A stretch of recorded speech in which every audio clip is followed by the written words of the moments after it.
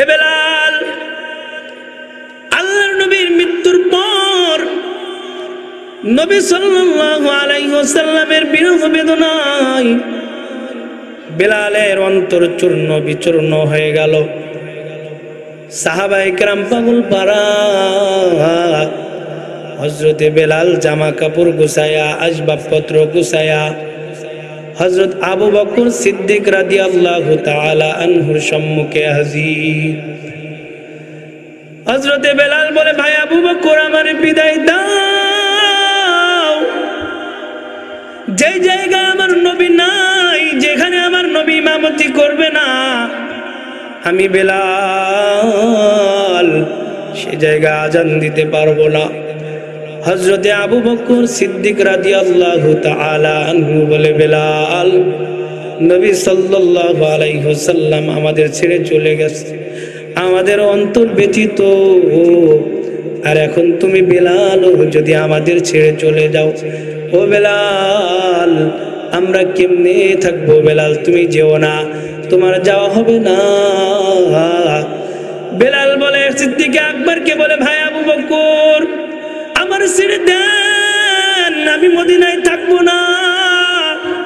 হযরতে আবু বকর বলে, ভাই বেলাল, তুমি নবীজিকে বেশি মহব্বত করো, আমরা কি করি না?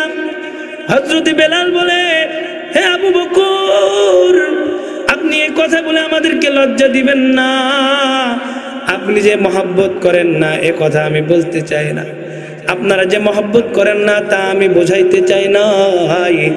আবু বকর, একটি বিষয়, নবীর নাম শুনলে আপনারা বরদাস্ত করতে পারেন, আমি বেলাল পারি না। বললেন, আবু বকর, নবীর নাম শুনলে আপনারা বরদাস্ত করতে পারেন, আমি পারি না। এজন্য ভাই আবু বকর, আমারে বিদায় দাও, আমি দামেস্কে চলে যেতে চাই। হযরত আবু বকর রাদিয়াল্লাহু তাআলা আনহু বললেন, না না বেলাল, তোমার যাওয়া হবে না।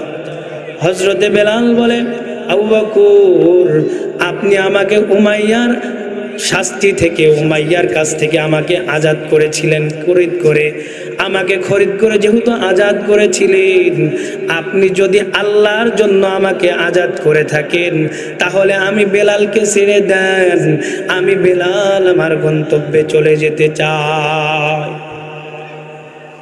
হযরতে বেলাল রাদিয়াল্লাহু তাআলা আনহু মদিনা ছেড়ে চলে গেলেন দামেস্কের দিকে, হাবশায়। দীর্ঘদিন চলে যায়, হযরতে বেলাল রাদিয়াল্লাহু তাআলা আনহু মদিনায় যায় না।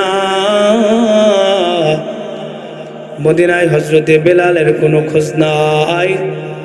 হযরতে বেলাল একদিন রাতের বেলায় ঘুমিয়ে আছেন, স্বপ্নে দেখতেছেন মায়ার নবী রাহমাতুল লিল আলামিন স্বপ্নযোগে হযরতে বেলালকে ডাক দিয়েছেন, বেলাল, ও বেলাল, কেমন জুলুম করলা রে আমার উপর, অনেকদিন হয়ে যায়, বেলাল আমার রওজায় আসো না। বেলাল, কেন রে বেলাল, আয় আয় বেলাল, আমার রওজায় আয়। হযরত বেলাল রাদিয়াল্লাহু তাআলা আনহুকে নবীজি স্বপ্নে যোগে ডাক দিতেছে, বেলাল, অনেকদিন হয়ে যায়, রওজায় আসো না। বেলাল, কেমন জুলুম করলা আমার উপর, বেলাল আয় আমার রওজায়, বেলাল আয়। নবীজি বেলালকে স্বপ্নের মধ্যে ডাক দিয়েছে।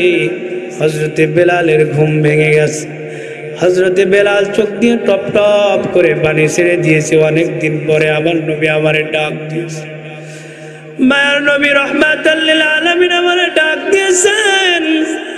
হযরতে বেলালের ঘুম ভেঙে যাওয়ার সঙ্গে সঙ্গে হযরতে বেলাল রাদিয়াল্লাহু তাআলা আনহু রাতের বেলায় উঠে পোশাক আশাক নিয়ে মদিনার দিকে রওনা দিয়েছে। মায়ার নবী রাহমাতাল লিল আলামিন আমারে ডাক দিয়েছে, আমি কেমনে হাবশায় থাকি। বেলাল রাদিয়াল্লাহু তাআলা আনহু দৌড় দিয়েছে। মদিনা সুদূর গন্তব্য, বেলাল রাদিয়াল্লাহু তাআলা আনহু নবীর মহাব্বতে, নবীর ভালোবাসায় কোনো বাহন ছাড়াই রাসূল করিম সাল্লাল্লাহু আলাইহি ওয়াসাল্লামের রওজা মুবারকে পৌঁছে গিয়েছে। বেলাল রাদিয়াল্লাহু তাআলা আনহু রওজার পাশে গিয়ে ক্রন্দন করে, নবীজিকে সালাম দিয়ে বেলাল ক্রন্দন করে, ও আমার নবী, আমি বেলাল আপনার কাছে এসেছি, আপনি নবী কই, আপনি নবী কই? বেলাল রাদিয়াল্লাহু তাআলা আনহুর মহব্বত কেমন ছিল, সাহাবায়ে কেরাম কেমন মহব্বত করেছেন, সাহাবায়ে কেরাম কেমন ভালোবেসেছেন, সাহাবায়ে কেরামকে এবং উম্মাহকে নবীজি কেমন ভালোবেসেছেন আপনারা জানেন। অনেক জায়গায় শুনেছেন নবী মুহাম্মদুর রাসূলুল্লাহ সাল্লাল্লাহু আলাইহি ওয়াসাল্লামের কথা। মুহাম্মদুর রাসূলুল্লাহ সাল্লাল্লাহু আলাইহি ওয়াসাল্লাম এমন একজন মায়ের নবী রে বাজান, এমন মহাব্বতের নবী, এমন ভালোবাসার নবী।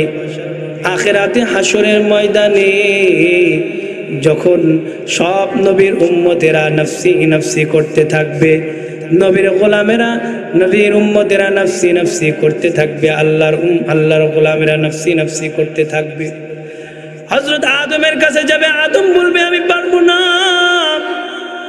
যাও ইব্রাহিম আলাইহিস সালামের কাছে যাও, হযরতে নূহের কাছে যাও, আমি পারবো না। হযরত নূহ বলে আমিও পারবো না, যাও অমুক নবীর কাছে যাও।